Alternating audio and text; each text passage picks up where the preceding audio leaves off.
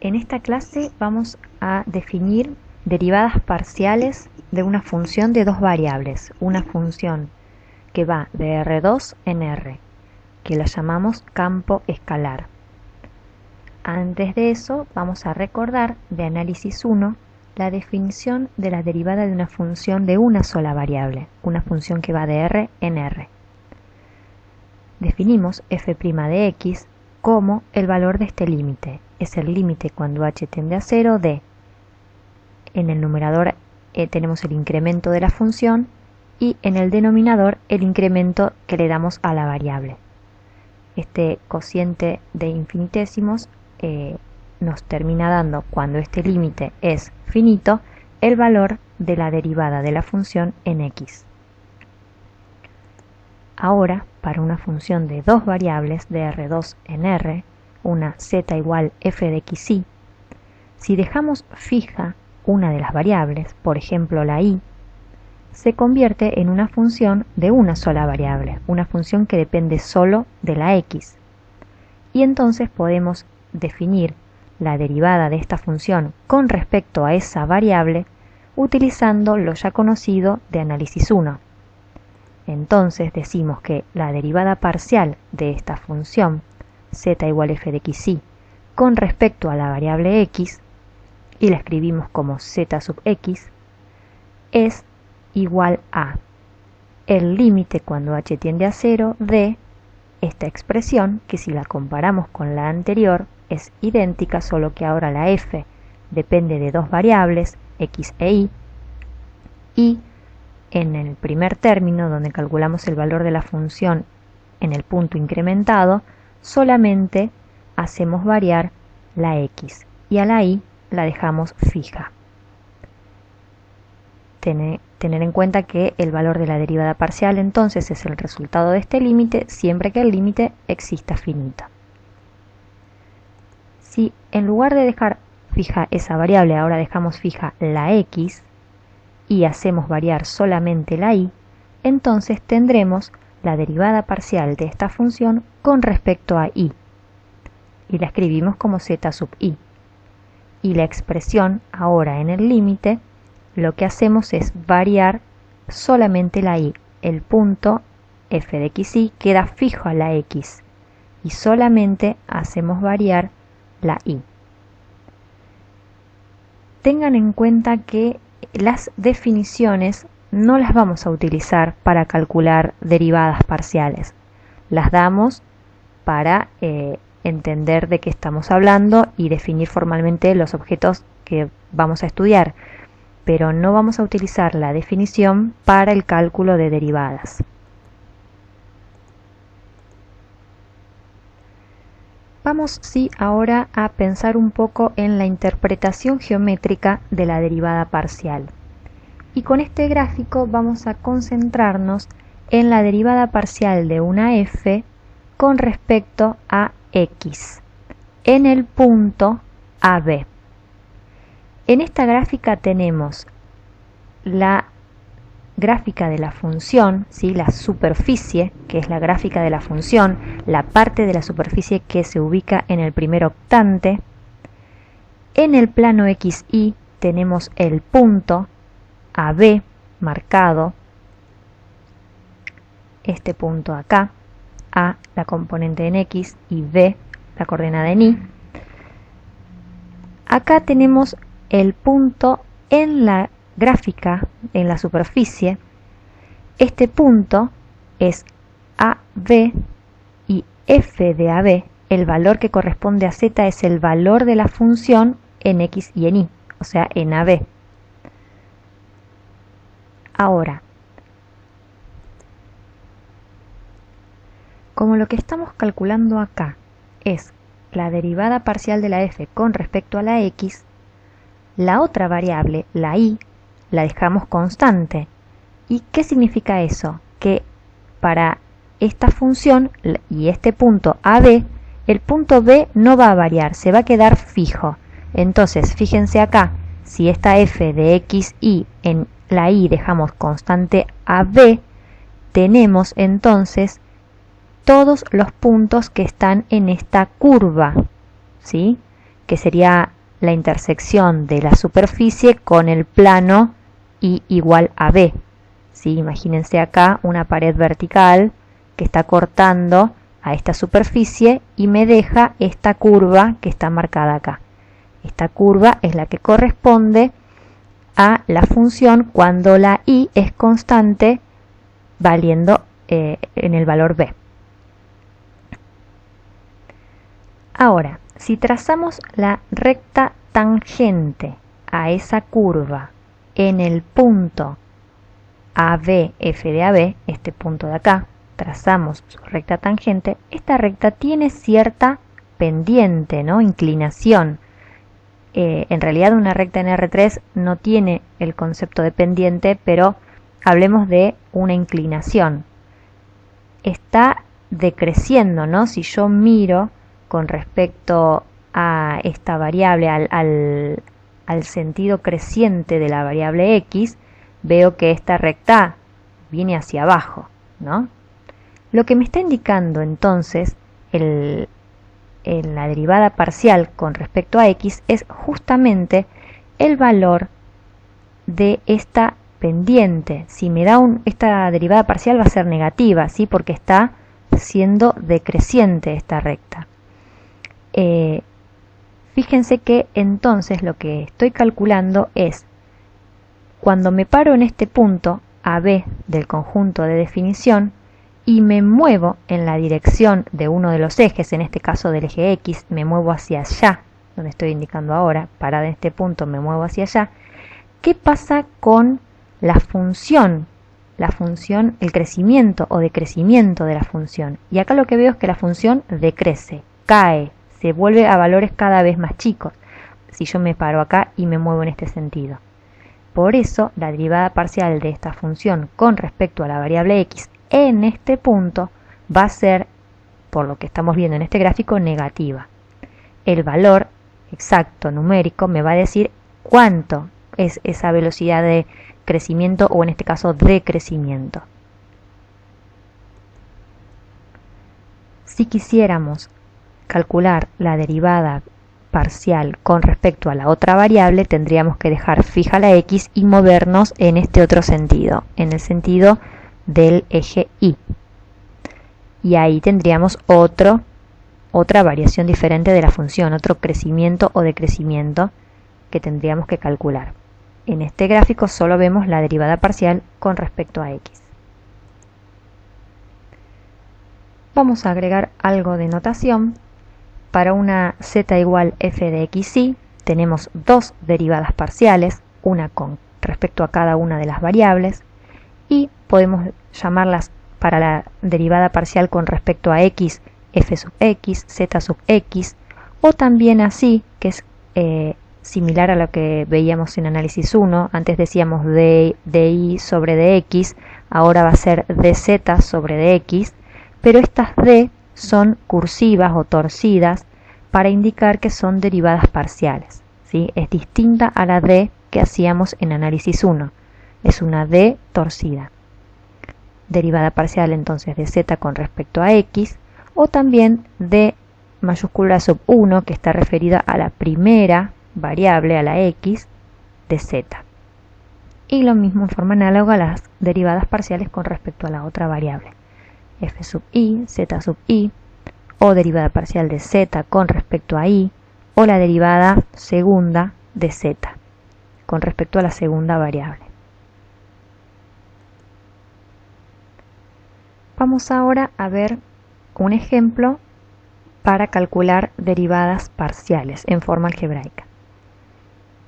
Sea esta función z igual f de xy, y acá tenemos toda su fórmula. Si queremos calcular la derivada parcial con respecto a x, por ejemplo, ¿qué vamos a hacer? Vamos a aplicar para derivar la función todas las reglas que conocemos de análisis 1, las propiedades para derivar funciones. Por ejemplo, la derivada de una suma es la suma de las derivadas. La derivada de un producto tiene una regla, en la derivada del primero por el segundo sin derivar, más, etcétera, etcétera. La derivada de un cociente, la derivada de una función compuesta, aplicando la regla de la cadena. Todo eso tienen que revisar de análisis 1. Entonces, si quiero hacer la derivada con respecto a x, recuerden que la y ahora es constante.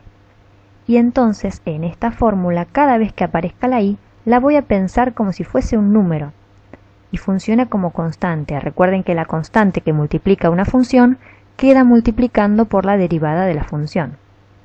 Entonces, cuando derivo el primer término, 5x, la derivada es 5. El segundo término, si estoy derivando con respecto a x, acá no aparece la x, entonces todo este término es una constante. Y al derivarlo, vale 0. Por eso no aparece nada acá. En el tercer término aparece la variable x que estoy derivando. La y a la quinta la pienso como una constante. Y entonces la derivada de todo este término será la derivada de x cuadrado, que es 2x, por 3 por y a la quinta. Esto no se modifica, queda multiplicando por la derivada de la función, que es x cuadrado. Así que 2x por 3 me queda 6x por y a la quinta, este término que tenemos acá. Y por último, este último término, que donde no aparece la x, solamente aparece la y, entonces este término funciona como una constante. Es lo mismo que tener logaritmo de 2. Es una constante. Y su derivada es 0. Por eso la derivada parcial con respecto a x es esta que tenemos acá. Ahora, si a la misma función la quiero derivar con respecto a la variable y, pienso entonces a la x como una constante. Este primer término, entonces, es una constante y al derivarla vale 0. El segundo término contiene la y al derivarlo, entonces me queda menos 2. El tercer término tiene la y a la quinta, 3x cuadrado funciona como constante y entonces la derivada me queda 5y a la cuarta por todo esto, que 5 por 3 es 15, entonces x cuadrado por y a la cuarta. Ahora el último término sí contiene la variable que estoy derivando la y, la derivada del logaritmo natural es 1 sobre y. Vamos ahora a hablar de derivadas parciales de orden superior. Dada una función de dos variables, vimos que le podemos calcular dos derivadas parciales, una por cada variable. Ahora, estas derivadas parciales son funciones de dos variables, que las podemos volver a derivar con respecto a cada una de esas variables. Entonces, si a la derivada parcial con respecto a x la derivo con respecto a x otra vez, tengo la derivada parcial segunda dos veces con respecto a x, que la escribo como f sub xx.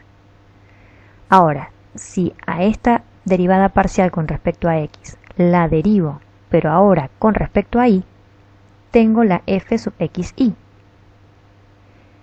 Y a esta otra derivada parcial, f sub y, puedo también derivarla con respecto a cada una de las variables. Y obtendré de esa manera f sub xy y f sub ii.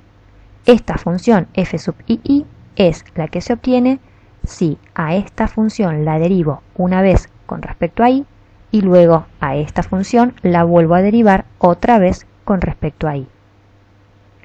Podemos seguir derivando estas funciones, que siguen siendo funciones de dos variables.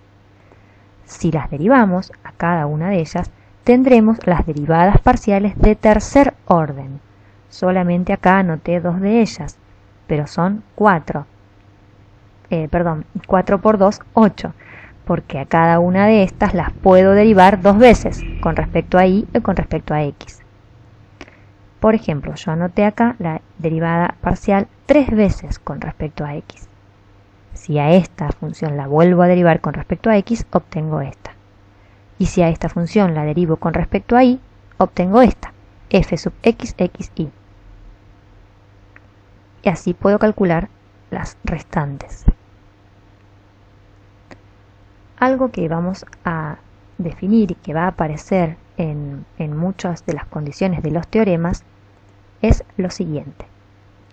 Si una función z igual f de x y sus derivadas parciales, estas tres funciones son continuas en un abierto A, entonces esa función f se dice o se llama de clase C1 en A. A es una región del plano donde se verifica esa propiedad de continuidad. Podemos llamarle el conjunto de definición o la región que esté puesta en el interés en el teorema que se esté enunciando. ¿Qué pasa si no solo la función y las derivadas parciales primeras, sino las derivadas parciales segundas, todas estas funciones son continuas en un abierto A? Entonces esa función f, esta función, se dice o se denomina de clase C2 en un abierto A donde se verifica esa condición. Si son continuas las derivadas parciales hasta el tercer orden, entonces tendremos una función de clase C3. Y así podemos seguir definiendo hasta clase Cn, si son continuas las derivadas parciales hasta el orden n.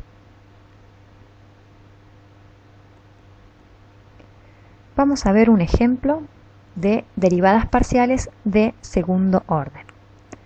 Acá tenemos la función cuyas derivadas parciales ya hemos calculado y ahora si tomamos la z sub x y la volvemos a derivar, tenemos, como dijimos, dos derivadas parciales.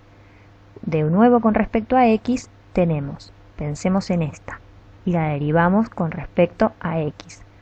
La derivada de 5 es 0, y acá la derivada de esta función, la variable es la x, que su derivada es 1, y el 6 y el y a la quinta son constantes, entonces van a quedar en la derivada 6 por y a la quinta por 1, que no lo escribo. Entonces esa es la derivada parcial dos veces con respecto a x. Si la derivamos con respecto a y, a esta misma función, entonces esto también me va a dar 0. Ahora el 6x va a ser constante y lo multiplico por la derivada de y a la quinta, que es una potencia, baja el 5 multiplicando por el 6, me queda 30 por y a la cuarta. Y la x que quedó multiplicando porque es constante.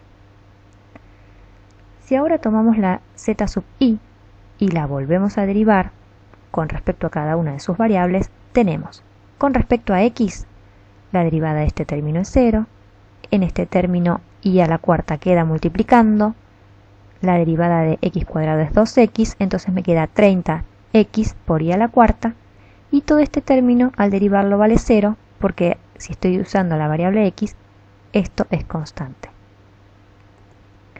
Ahora, con respecto a y, esto también me da 0, esto es constante, y la derivada de y a la cuarta es 3y al cubo, multiplicado por 15, 60, y al cubo, el x cuadrado queda, porque es constante, y el último término con respecto a la variable y, hay que derivarlo, me queda menos 1 sobre y al cuadrado.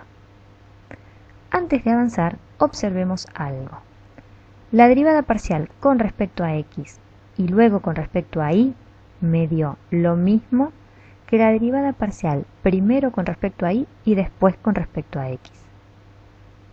Esto que nos sucedió acá no es casualidad y tiene que ver con el teorema que a continuación vamos a ver. Y es el llamado teorema de Schwarz.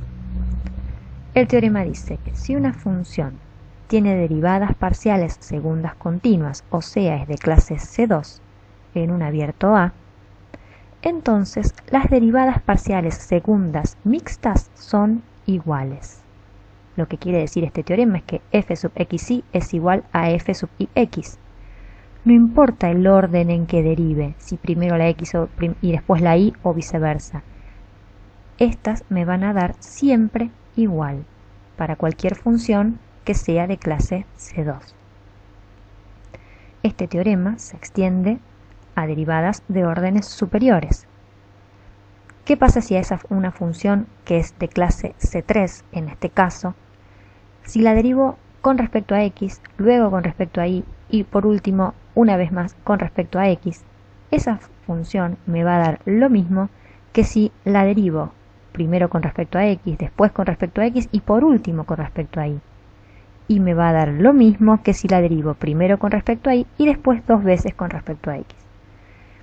Entonces, como conclusión, lo que este teorema nos asegura es que no importa el orden en que se calculen las derivadas parciales, sino que lo que importa es cuántas veces se deriva con respecto a cada variable.